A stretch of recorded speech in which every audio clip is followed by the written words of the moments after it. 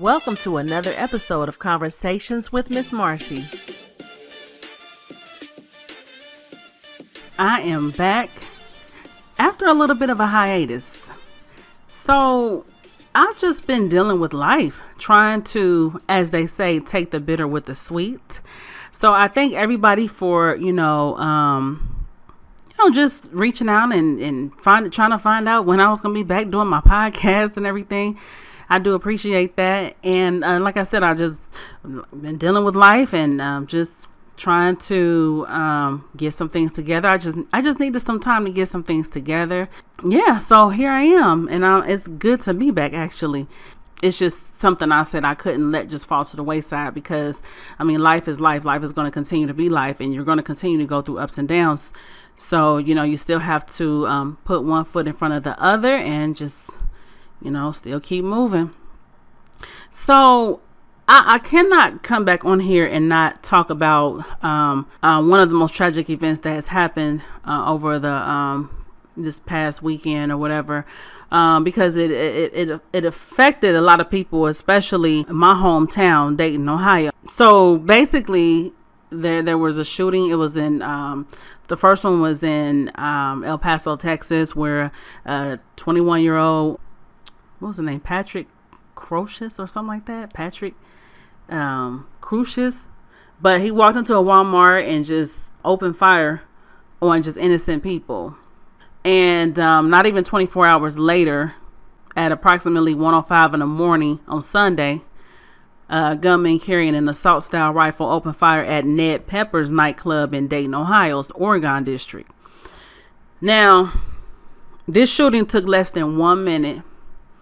And the shooter was neutralized within 20 seconds by officers who were already, in the surrounding area, because the Oregon district is a area where people like to go to have fun and stuff like that, clubs and stuff. And so it's always police patrolling the area. And thank goodness they were, because like I said, they were able to lay him down within 20 seconds. However, it was still unfortunate because he had already taken 9 lives by this time and injured 27 people. It's sad and it's unfortunate. We are at 250 mass shootings in America at this point. 250. And it just seems like it's getting to the point now where it's like, it's becoming like a common thing. And that is scary. That is scary as hell. And, you can't even say, oh, I don't go to the clubs. That's why I don't go to the club. It's not even just happening at clubs. It's anywhere where there are, a lot of people. And it's like, well, damn, what do you do? You don't want to live your life in fear. You can't just not go anywhere. You cannot enjoy yourself. You can't just not enjoy yourself. You have to still live your life. Now, a lot of people are up in arms about this because they're saying that, it's the whole gun, the gun control laws and stuff like that, where anybody is able to get their hands on a gun. So I did some research and I spoke with one of my listeners, Gary, who actually works in a gun shop. I wanted to just find out about the whole background check and the process to buy a gun, because I'm gonna be honest, I don't buy guns. I'm thinking about getting one. Actually, I think I am going to get one, but so far I haven't tried to purchase one, so I don't really know the process. So I spoke with Gary, and this is what he told me. You come in, there's an application, FBI background check application. We give you that application, you fill it out, we submit it to FBI. They give us an answer, whether it's yes or no. Once they say it's a yes, then you can buy the gun. There's a questionnaire you fill out, and one of the questions is about mental health. So if it's a yes, then it's automatic denial. But who's going to admit that? You know what I mean? Who's going to say, oh, yeah? I don't know. I don't know. You're supposed to be honest and fill out everything that that it's asking you. Right. They may find out. The background check they do is not, it's FBI. They know everything. So even if you say no, they'll still find out. All right. Thanks, Gary. First of all, these are majority white men, okay? Let's just be real. It's white men coming from these affluent neighborhoods, these with well-to-do parents, suburban living, and they are socially awkward, quiet, reserved, or just whatever. This is just a consistency I've seen with the majority of these mass shooters, these mass shootings, and the people who are actually carrying them out. It's like I said, it's not our black men, that are coming from the hood or anything. It ain't Pookie and Ray Ray and Lil Man and them. No, it's these rich white kids from these white these well-to-do families, like I said. Now, I do think that there should be some tighter laws in place when it comes to purchasing a gun. But again, it's one of those things where if somebody really wants to do something, they're going to find ways around the law, because again, they're going to still maybe go purchase from somebody off the street. And let me go ahead and share an unpopular opinion. A lot of people were saying that Trump is just writing it off as a mental health issue because they're white. I disagree with that. I don't think he's writing it off as a mental health issue because they're white. I think he's saying it's a mental health issue because that's what it is. I mean, just look at the history of mass shootings. It was always with some white guy for the most part.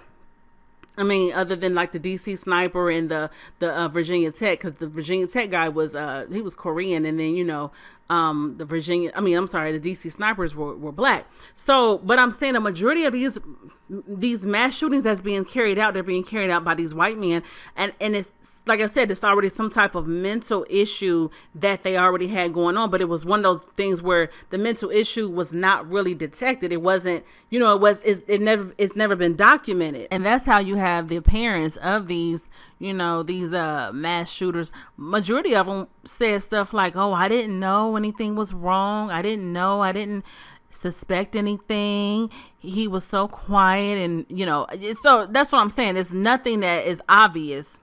In my city, I must say, Dayton, Ohio, Dayton has been through so much within this whole year. I mean, we first Ku Klux Klan come to town. I mean, damn, uninvited guests, they come to town. Then we turn around and have the tornado. Now this. And we still recouping from the tornado. We're trying to recoup anyway. My heart goes out to the families, of both El Paso, Texas, and my hometown. It's just very disturbing. And speaking of mental health, I want to kind of go into another direction with this. I want to talk about mental health as it relates to social media. I find it very interesting that depression and suicide and things like that, the rate is like higher than ever. And I want to say that a lot of that is due to social media. I don't know what it is about life that's driving people this day and age, but it's so crazy. And it's like people don't know how to separate social media from real life.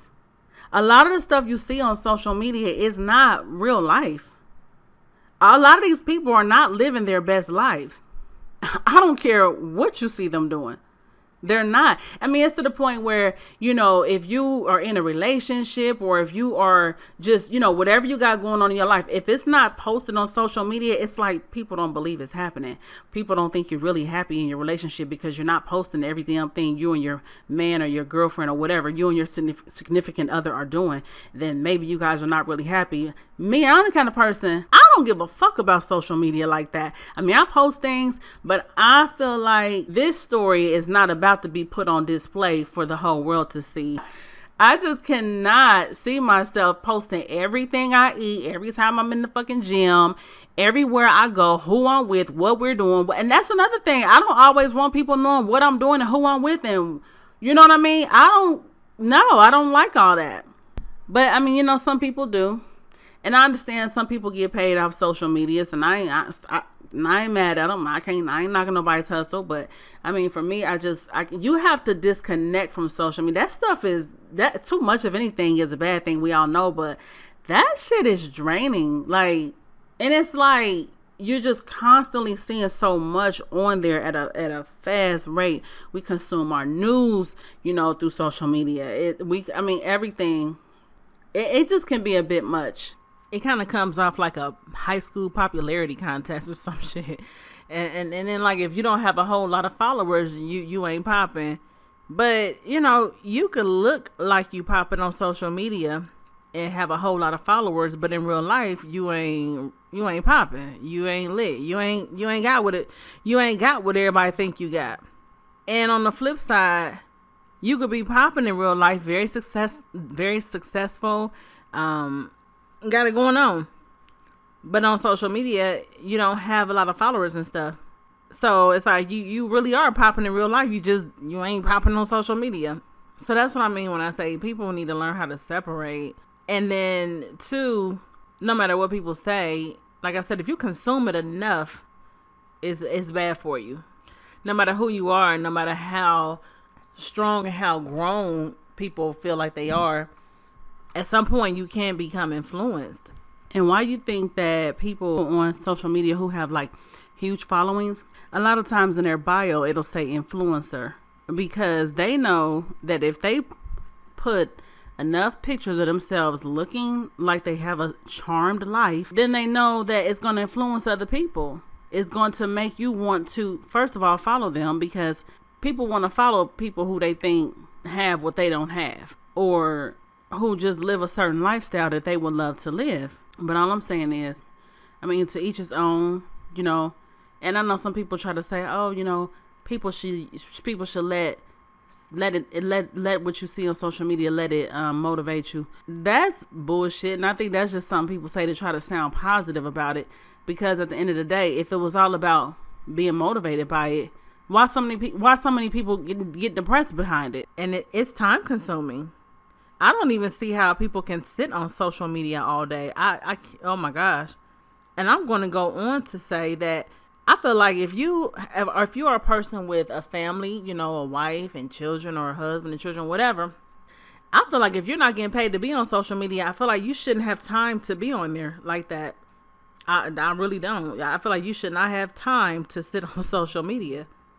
And if you do, something's not getting done. We have to disengage at some point. We have to separate social media from real life. But I know social media is like a super driving force this day and age, but at the same time, like I said, you have to know how to separate the two. And I'm just speaking on this because, like I said, I think it's alarming that social media contributes to a lot of people's depression and anxiety.